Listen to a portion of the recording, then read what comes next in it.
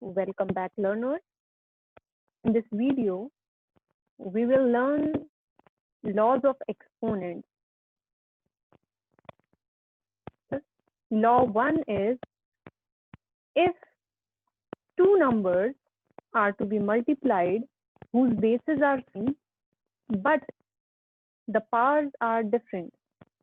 Here you can see a raised to m is multiplied with a raised to n, generalized way to express the law.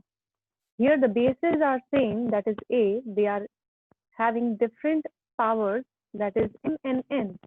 In that case, if these two numbers are to be multiplied, they can be replaced by the same base a, but the powers get added up. So you can see I have taken an example. 5 raised to 2 is multiplied with 5 raised to 4.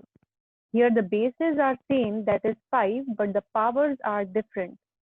So I will keep the base as it is. The powers I will add them, that is 2 plus 4. It will become 5 raised to 6.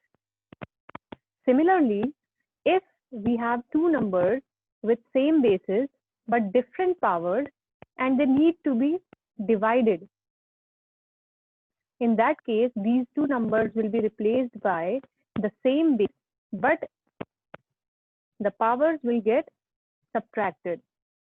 So a raised to m divided by a raised to n is equal to a raised to m minus n. Understanding it through an example, I will have 3 raised to 7 when divided 3 raised to 4.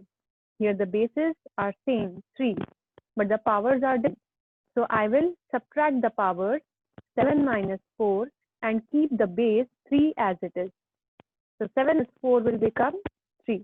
Hence, the answer will be 3 raised to 3. Kindly keep this thing in mind. The only difference is when the numbers are to be multiplied, the powers will get added up, and when the numbers are to be divided, the powers will be subtracted.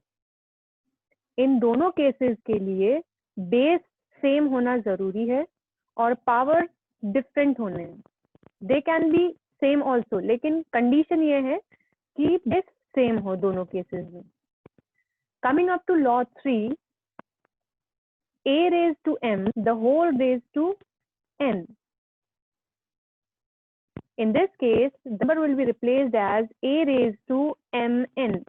या m और n multiplication में. An example, 5 raised to 2, the whole raised to 7. The powers will get multiplied 2 into 7. The answer will become 5 raised to 2 sevens are 14. Law 4. यहाँ देखिए, Law 4 और 5 1 और 2 से different है. Law 4 और 5 में बेसिस डिफरेंट होंगे लेकिन पावर्स सेम होंगे. यहाँ पे पावर m है. Whereas in law 1 and 2 bases same थे और power different थे. So when we will have different bases but same power and the numbers are to be multiplied, in that case the bases will get multiplied and the power will be written once. Taking an example, 7 raised to 4 multiplied by 2 raised to 4.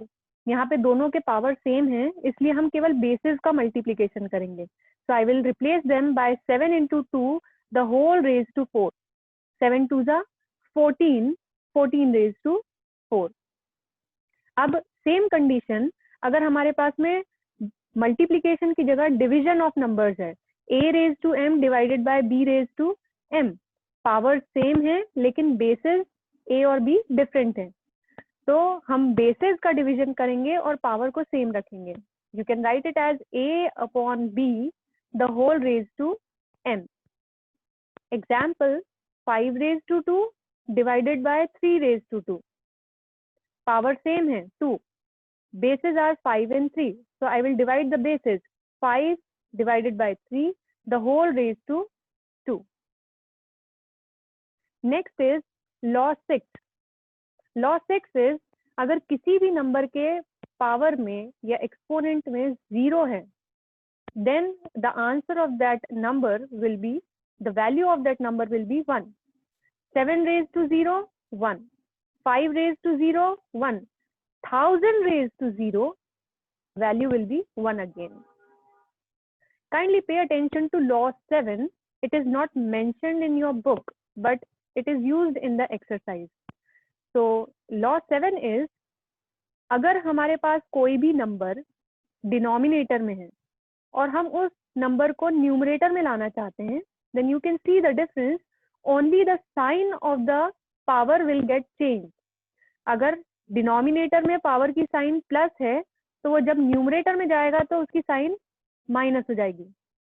लेकिन अगर denominator में power की sign minus है तो वो change होके numerator में क्या हो जाएगी? Plus. Take it an example. 1/2 raised to 5. Here the sign of the power is positive. तो जब हम 2 raised to 5 को ऊपर लेके जाएंगे तो 5 की साइन चेंज हो जाएगी. I have taken another example. If the power has a negative sign, जब नंबर डिनोमिनेटर में है और पावर की साइन नेगेटिव है और इस नंबर को जब हम ऊपर लेके जाएंगे तो पावर की साइन चेंज हो जाएगी. Plus will get converted into minus and here the minus will get converted into plus. तो -5 यहाँ पर जाकर क्या हो गया? +5. जब हम नीचे से नंबर डिनोमिनेटर से न्यूमरेटर में लेके जा रहे हैं पूरे नंबर को तो पावर की साइन चेंज हो जाती है. These are the 7 laws of exponents that we will use in the exercise. Next we have standard form or scientific notation. Standard form का एक एक्सप्रेशन है या आप उसको बोले एक स्टैंडर्ड फॉर्म. हम अगर उसको जनरली शो करें तो it can be represented as x is equal to y into 10 raise n. इसको साइंटिफिक नोटेशन कहते हैं. Now how? Here x is any large number. कोई भी लार्ज नंबर है जिसको हम इसके स्टैंडर्ड फॉर्म में शो करना चाहते हैं. Here the value of y will lie between 1 and 10. Value of y can be less than or less than 10 or greater than equal to 1. 1 के इक्वल भी हो सकती है. 1 से बढ़ते हुए वो 9.99999 तक रह सकती है. 10 के इक्वल नहीं होगी. Whereas the value of n is any integer. N can be any integer, a positive or a negative integer. So let us see an example. If I have a large number 57,962. अब इसको हमें standard form में अगर represent करना है तो इस number को हमें पहले तो 1 से लेकर 10 के बीच में बनाना पड़ेगा, चेंज करना पड़ेगा. So you can see in this number the decimal is after 2. When it is not mentioned, it is after 2. तो हमें उस डेसिमल को कम से कम एक नंबर के बाद में रखें. तो हमारा मिनिमम नंबर यहाँ पर जो आएगा वो 5 होगा. हम कितनी प्लेसेस को शिफ्ट कर रहे हैं? 1 2 3 4 places. Then the decimal will come after. So your number will get changed. जब हम डेसिमल को शिफ्ट कर रहे हैं towards the left, then the number will get multiplied with that many zeros with 1. हमने 4 places shift किए तो यहाँ पे 1 with 4 zeros आ जाएगा. And the decimal will get shifted to after 5. The number will become 5.7962 into 10,000. This conversion of a number into a decimal we have studied earlier also. अब जब ये conversion हो गया है तो हम यहाँ देखें जो 10 का मल्टीपल आया है हमारे पास, हम उसको एक्सपोनेंट फॉर्म में कन्वर्ट कर सकते हैं. This conversion also we have studied earlier in this chapter. So you can see आप 10 के पावर में रिप्रेजेंट करेंगे. पावर कितना होगा? जितने नंबर ऑफ जीरोज होंगे इस नंबर में. सो you can C 10,000 has 4 zeros. So that 10,000 can be replaced by 10 raised to 4. Hence, this large number can be expressed in a scientific notation form also. This is how.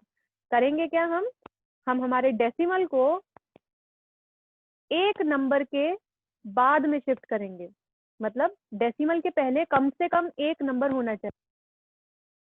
तो हमने यहाँ पर जब shift किया था तो decimal 5 के बाद शिफ्ट किया, 4 प्लेसेस शिफ्ट किए हैं, इसलिए मल्टीप्लाइड बाय 1 विथ 4 zeros हमने लिखे। Take another example. In this example the decimal is already mentioned. अब हमको इसे शिफ्ट करने के लिए कहाँ लेके जाना पड़ेगा, कम से कम ए नंबर के बाद में। यहाँ पर अगर decimal I will be shifting towards the right, क्योंकि लेफ्ट में तो नंबर है ही नहीं। जब राइट साइड में हम डेसिमल को शिफ्ट करेंगे तो 0 is not a number, 0 is not a number, मतलब अकॉर्डिंग आवर डेफिनेशन हमें 1 से 10 तक के नंबर के बीच में हमारे y को शिफ्ट करना है। तो ये 0 भी काउंटेबल नहीं होगा, नेक्स्ट सेकंड 0 भी काउंटेबल नहीं होगा, 1 विल बी काउंटेबल। तो हम इस डेसिमल को 3 प्लेसेस शिफ्ट कर देंगे इस तरफ टुवर्ड्स द राइट। अब हमने राइट साइड शिफ्ट किया है तो 1 के साथ डिनोमिनेटर में 0 आएंगे। This conversion also we have studied earlier, how to represent a decimal number into a fraction form. तो हमने राइट साइड 3 प्लेसेस शिफ्ट किया है तो डिनोमिनेटर में 1 के साथ में 3 zeros आ गए and our number became 1.23 divided by 1000। 1000 को हम एक्सपोनेंशियल में रिप्रेजेंट करें तो 10 raised to 3 आएगा, क्योंकि 1000 में 3 zeros हैं। So that count of zeros, that is 3 zeros, 3 will be represented in the exponent form. अब हम 11th लॉ पढ़ा है जिसमें अगर हम डिनोमिनेटर से अगर कोई नंबर को ऊपर लेकर जा रहे हैं तो पावर की साइन चेंज हो जाती है। Here you can see the power is positive. So when I will shift it in the numerator, it will become -3. So my number became 1.23 multiplied by 10 raised to -3. So that's all for this video. Thank you for watching.